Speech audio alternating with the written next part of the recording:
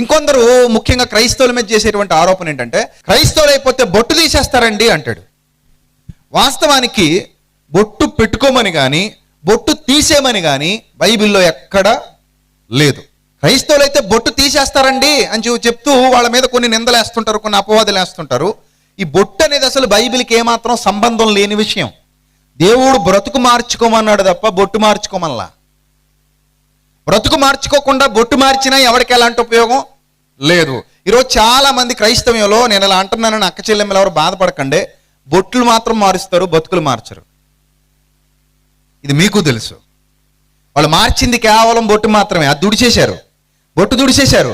బ్రతుకులో ఉన్న పాపాన్ని తొడవలా, బ్రతుకులో ఉన్న దుర్నీతిని తొడవలా, బ్రతుకులో ఉన్న కళంకాన్ని తొడవలా, కనీసం మాటలో చండాలాన్ని తొడవలా, బొట్టు మాత్రం దుడిచేశారు.